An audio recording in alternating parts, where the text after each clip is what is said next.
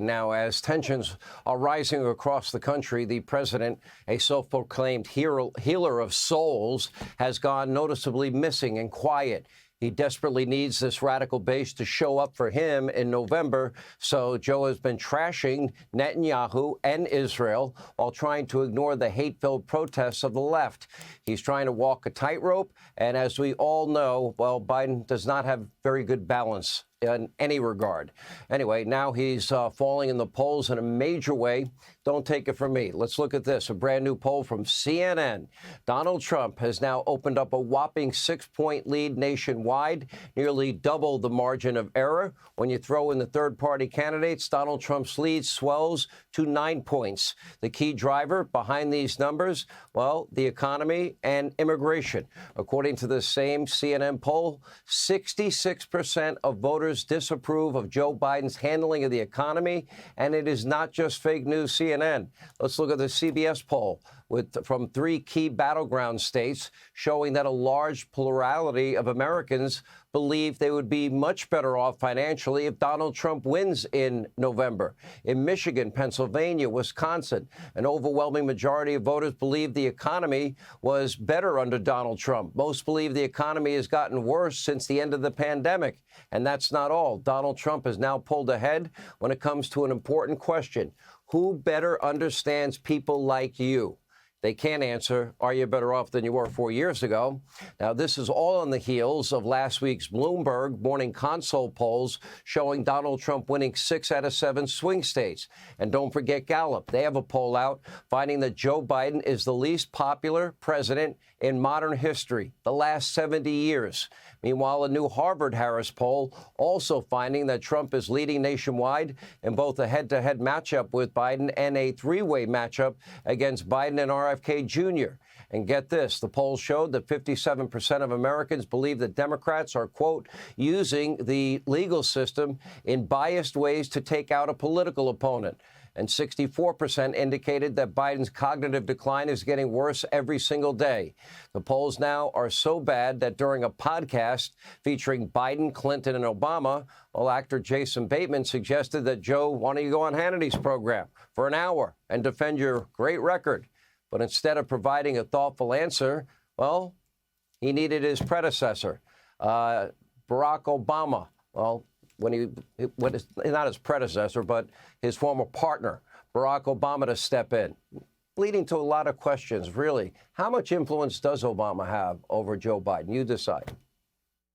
You've got very smart people to suggest what it is that you do, but like, could it be as simple as just like granting an hour to Sean Hannity and sit down and go, you tell me why the people who follow you think I'm not a good president, and just answer his questions, call his bluff. I mean, because the information, the facts are all there. It's particularly for that group of people. What you do is so much better suited than what the other agenda is talking about. So is it just a matter of just getting on that network?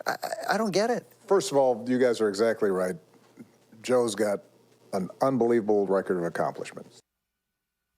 The question was to Joe, not to Barack. Barack felt the need to jump in and answer for Joe because he knows he's not capable of answering. Now, by the way, just to be official, Joe is more than welcome on this program for the entire hour, and I'll give him an extra 3 hours of uninterrupted radio time. But I don't think Joe could handle a live segment on MSDNC, much less an entire hour on this program. It's pretty simple. This doesn't look good for Joe. He needs help answering basic questions. He struggles, he mumbles, he bumbles, he stumbles. He's having a hard time walking and talking. And let's not forget when, he read the instructions from the teleprompter like an elderly Ron Burgundy. 4 more years, pause, whoops.